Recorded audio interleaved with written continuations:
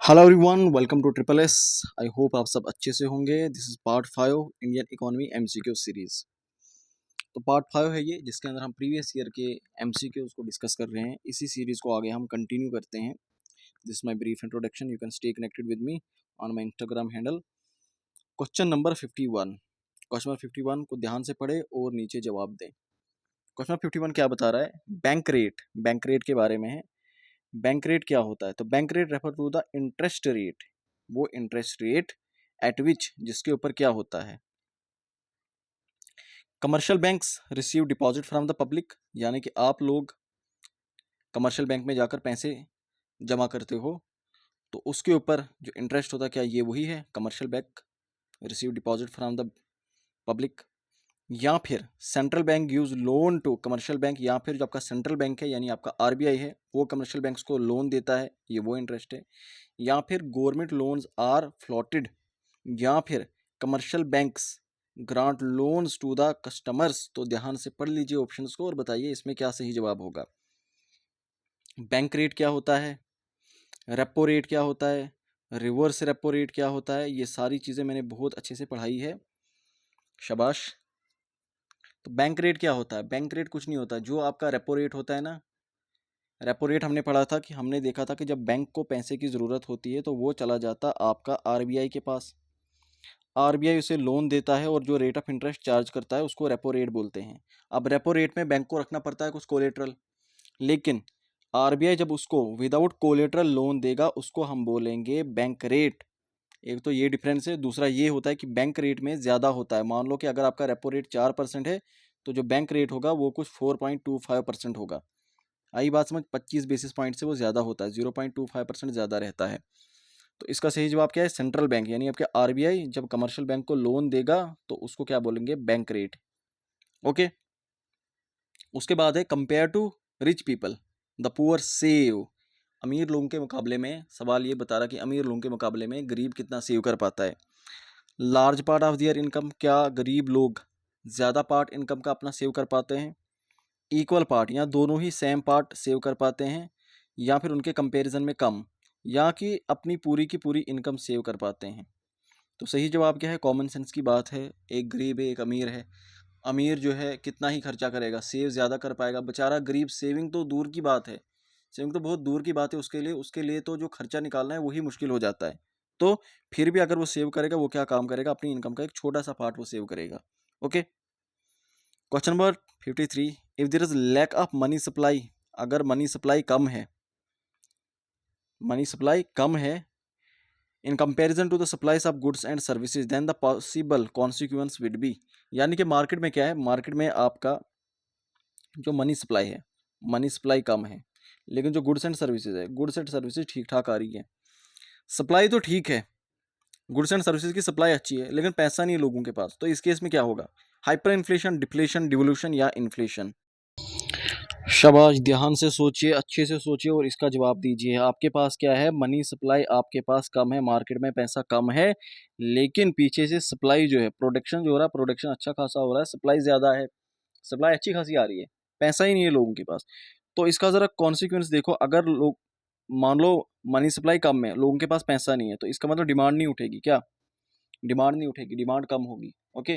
तो जब पैसा नहीं है, डिमांड भी कम उठेगी, तो फिर उससे क्या हो जाएगा? इसका क्या इम्पैक्ट होगा? विशियस साइकिल देखने को मिलेगा। यानी कि पैसा भी नहीं है लोगों के पास, तो जब पैसा नहीं होगा तो वो डिमांड कम करेंगे, जब डिमांड कम करेंगे पीछे से जो सप्लाई आ रही थी ना, आराम आराम से वो सप्लाई भी गिर जाएगी, वो सप्लाई भी गिर जाएगी। क्यों? क्योंकि फैक्ट्री में प्रोडक्शन कम होने लग जाएगा। फैक्ट्री में प्रोडक्शन कम क्यों हो जाएगा? क्योंकि वो देखेंगे मार्केट में डिमांड नहीं उठ रही है, तो इसलिए प्रोडक्शन कम करेंगे। जब वो प्रोडक्शन कम करेंगे तो जो वहाँ पे लेबर होगी, जो जॉब कर रही होगी, उनकी नौकरियां चली जाएंगी, जॉब्स कम होंगी। तो जॉब्स जब कम होंगी तो जिन लोगों के पास सैलरी आती थी, अब सैलरी नहीं आएगी, पैसा और कम हो जाएगा। क्या? पैसा और कम हो जाएगा, पैसा और कम, डिमांड और कम, डिमांड और कम, सप्लाई और प्रोडक्शन और कम। आई बात समझ? ये विशियस साइकिल होता है। तो ये किस केस में बनता है? जब आपकी जो इकोनॉमी होती है वो डिफ्लेशन फेस कर रही होती है। क्या? डिफ्लेशन। हाइपर इन्फ्लेशन में भी ऐसा नहीं होगा, डिवोल्यूशन तो अलग चीज़ है, और इन्फ्लेशन के केस में तो ऐसा नहीं होगा, बिल्कुल उल्टा होगा। तो ये क्या आ जाएगा? आपका डिफ्लेशन आ जाएगा, डिफ्लेशन। आई होप ये पॉइंट आपको क्लियर हुआ होगा, आसान चीज़ थी। विच of the following statement is true regarding disinflation? अब ये डिसइन्फ्लेशन है, ऊपर डिफ्लेशन था, तो कंफ्यूज नहीं होना। डिफ्लेशन अलग है, डिसइन्फ्लेशन अलग है, दोनों अलग अलग चीज़ें हैं। तो डिसइन्फ्लेशन के बारे में पूछ रहा है, ये क्या है? स्टेटमेंट ए है, a scenario when inflation is mainly due inflation of only a few commodities and not all commodities. ये बताता है डिसइन्फ्लेशन का मतलब है कुछ कमोडिटीज में इन्फ्लेशन है, ज़्यादातर इकोनॉमी में इन्फ्लेशन नहीं है, एक चीज़।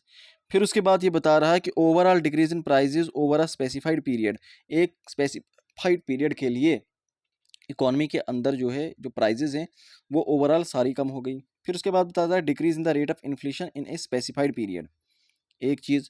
Sudden sharp decrease in prices due to unexpected reasons. तो ऑप्शन काफ़ी ज़्यादा क्लोज हैं, क्लोज बिल्कुल ऑप्शंस है, तो इसलिए ज़रा मोस्ट अप्रोप्रिएट चूज़ करें और देखें इसका जवाब क्या आएगा। शाबाश, ध्यान से जवाब दीजिए, ध्यान से जवाब दीजिए।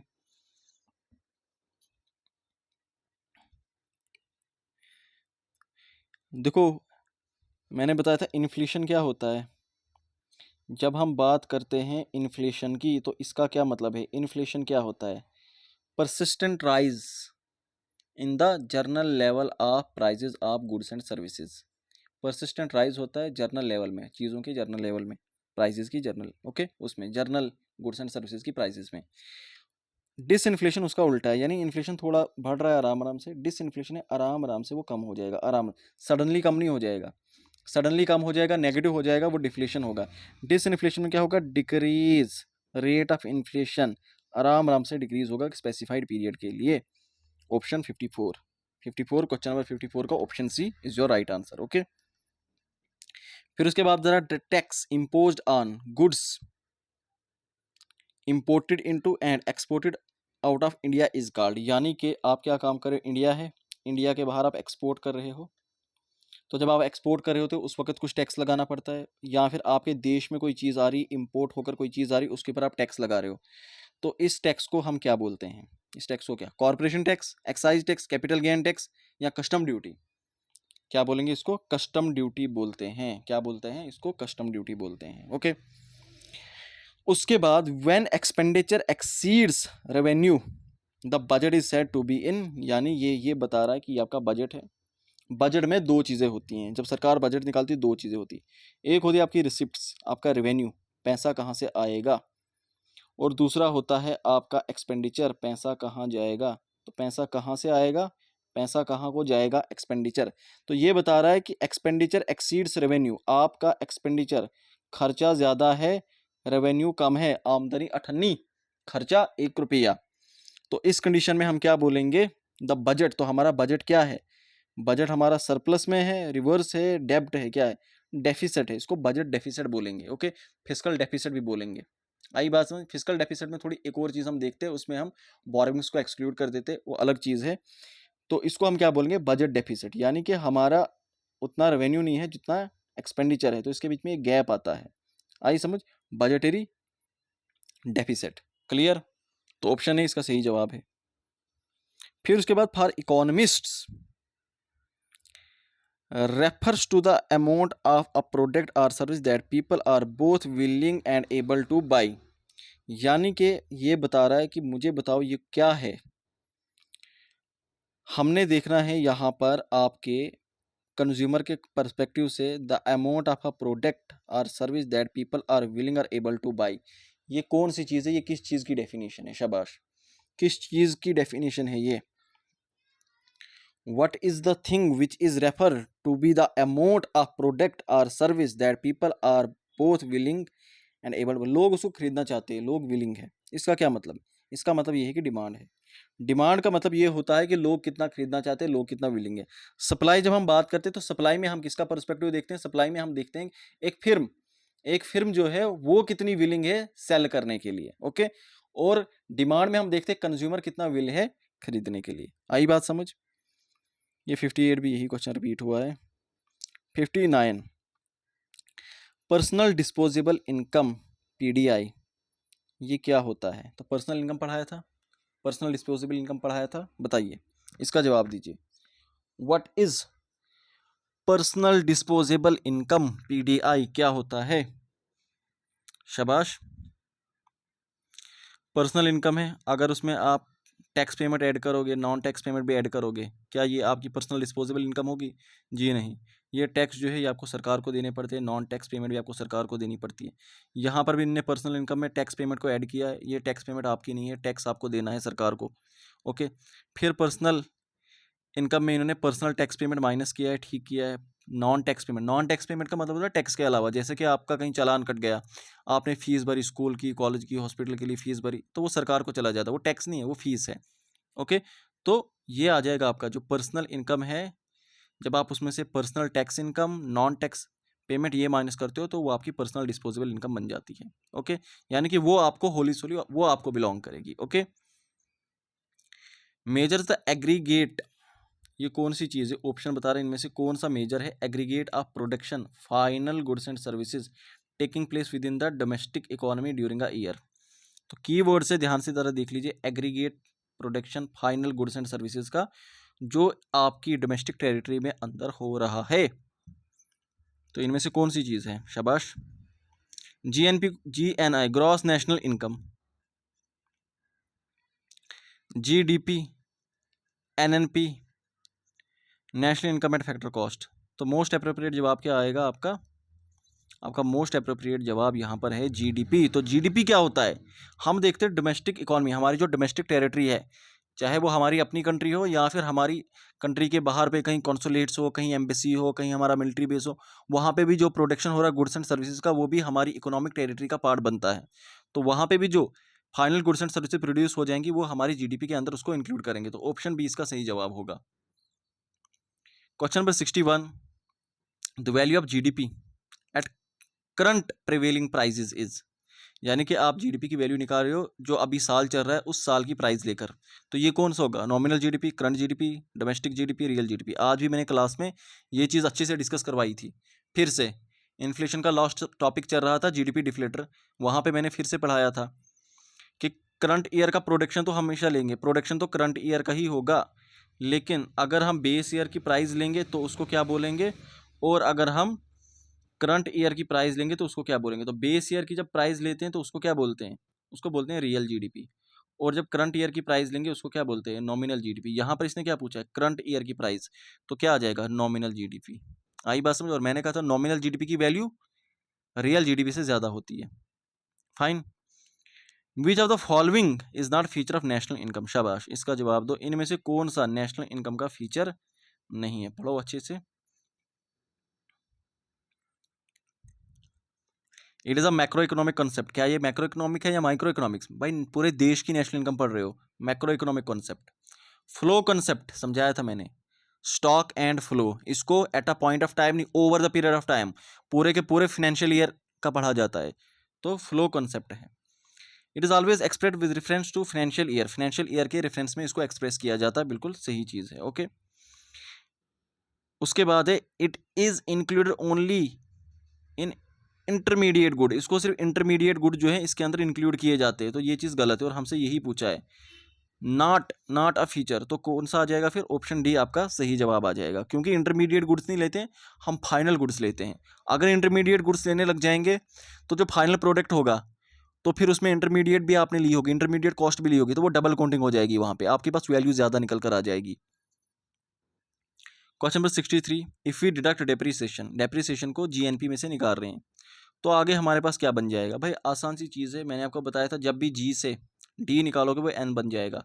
जी एन पी है माइनस डेप्रीसिएशन कर रहे हो, क्या बन जाएगा, एन एन पी बन जाएगा। Okay, N N P net national product. Fine. Which of the following activities refer, gold collar job पढ़ाई थी ना जब हमने सेक्टर्स पढ़े थे इकोनॉमी के, primary secondary tertiary, red collar jobs, blue collar jobs, white collar job, gold collar jobs. तो कौन से गोल्ड कॉलर, आपकी सबसे हाई प्रोफाइल जॉब आपका quinary sector, decision making. Question number 65, the process of curing inflation by reducing money supply. Inflation को, भाई inflation market में ज़्यादा है, इन्फ्लेशन ज़्यादा है, इसको क्यूर करना है, क्यूर करने के लिए मनी सप्लाई को कम करना है, मनी सप्लाई को कम करना है। मनी सप्लाई कम हो जाएगी तो आपका इन्फ्लेशन कम हो जाएगा, क्योंकि मैंने आपको क्या बताया था कि लिक्विडिटी का क्या है, लिक्विडिटी का इन्वर्स रिलेशन है इन्फ्लेशन के साथ। अगर आप इन्वर्स नहीं, अगर आप लिक्विडिटी को कम करते हो तो इन्फ्लेशन क्या हो जाएगा, इन्फ्लेशन कम हो जाएगा, डायरेक्ट रिलेशन है। ओके, लिक्विडिटी का इन्फ्लेशन के साथ डायरेक्ट रिलेशन होता है। लिक्विडिटी कम हो गई तो इन्फ्लेशन कम हो जाएगा। तो यही बता रहा है कि मनी सप्लाई कम करना है ताकि इन्फ्लेशन को कम करेंगे। तो इस प्रोसेस को क्या बोलेंगे? Cost push inflation, demand pull inflation, disinflation, reflation. Reflation का मतलब होता है, रिफ्लेशन यहाँ पे समझा देता हूँ। रिफ्लेशन का मतलब होता है, ये मैंने बताया नहीं आपको, रिफ्लेशन का मतलब होता है जब इकॉनमी, मान लो ये एक मॉडरेट साइकिल है जिसके ऊपर इकॉनमी चल रही है, मान लो इकॉनमी बढ़ रही है बढ़ रही है बढ़ रही है, तो इन्फ्लेशन है। इकॉनमी जब कम होने लग गई, इकॉनमी जब कम, ये जीरो लाइन है। ओके, इकॉनमी जब कम लगी होने तो ये क्या है? डिसइन्फ्लेशन। डिसइन्फ्लेशन जब जीरो से नीचे नेगेटिव में चली जाएगी वो होगा आपका, वो क्या होगा? वो आपका होगा डिफ्लेशन। Deflation, okay. और फिर जब इकॉनमी उठना शुरू करती है उसको बोलते हैं रिफ्लेशन। क्या बोलते हैं? रिफ्लेशन। जब इकॉनमी फिर से उठती है उसको बोलते हैं रिफ्लेशन। आई बात समझ? ओके, जब उठेगी ये प्रोसेस, ये रिफ्लेशन, ये आपका यहाँ पे इन्फ्लेशन, जब गिरने लगी तो डिसइन्फ्लेशन, जब गिर गई तो डिवोल्यूशन, जब फिर से उठने लगी रिफ्लेशन, और जब फिर से उठ गई तो इन्फ्लेशन वापस। ये साइकिल है। तो यहाँ पर क्या है? इन्फ्लेशन को कम करना है, डिसइन्फ्लेशन। क्या है? डिसइन्फ्लेशन, इन्फ्लेशन कम हो रही है। Okay, so this was all about today, thank you so much. और फिर इसके अलावा जो है मैं आपको एक इन्फॉर्मेशन बताना चाहता हूँ, अगर आप मुझसे कनेक्ट होना चाहते हैं, कोई भी प्रॉब्लम है, यहाँ पर इंस्टाग्राम पे आप मुझे मैसेज कर सकते हो। इसके अलावा आप हमारा कोर्स परचेज़ कर सकते हो, क्लासेस चल रही हैं, लाइव क्लासेस हो रही है हमारी ऐप के ऊपर। ट्रिपल एस की ऐप आपको आसानी से प्ले स्टोर पर मिल जाएगी। यहाँ पर हमारा सब इंस्पेक्टर, फॉरेस्टर, नायब तहसीलदार, पटवारी, सारे कोर्सेज चल रहे हैं, सबके मॉक टेस्ट भी चल रहे हैं, लाइव क्लासेस हो रही है। एक एक क्लास, एक एक डेढ़ घंटे की क्लासेस वहाँ पर आपकी कंडक्ट करवाई जा रही हैं, जहाँ पर हर एक चीज़ को बहुत ही होलिस्टिक वे में कवर करवाया जा रहा है। आपको क्लास नोट्स प्रोवाइड किए जाते हैं, जो क्लास में नोट्स आपको मिलते हैं। उसके अलावा जो है हैंड रिटन नोट्स आपको प्रोवाइड किए जाते हैं। टॉपिक कंप्लीट होने के बाद उसके ऊपर प्रीवियस ईयर क्वेश्चन डिस्कस किए जाते हैं। खुद के बनाए हुए क्वेश्चन से उनको प्रैक्टिस करवाया जाता है अच्छे से, बहुत ही अच्छे से बच्चों को प्रिपेयर कर रहे हैं आने वाले एग्जाम में। तो मौके का फ़ायदा उठा लीजिए, बहुत ही अफोर्डेबल प्राइजेस पे, बहुत ही अफोर्डेबल प्राइजेस पे आपको ये कोर्स, जो भी कोर्स आप लेना चाहते हैं, डिस्काउंट चल रहा है, आपको आसानी से मिल जाएगा। ठीक है, so this was all about today, thank you so much, bye bye and take care.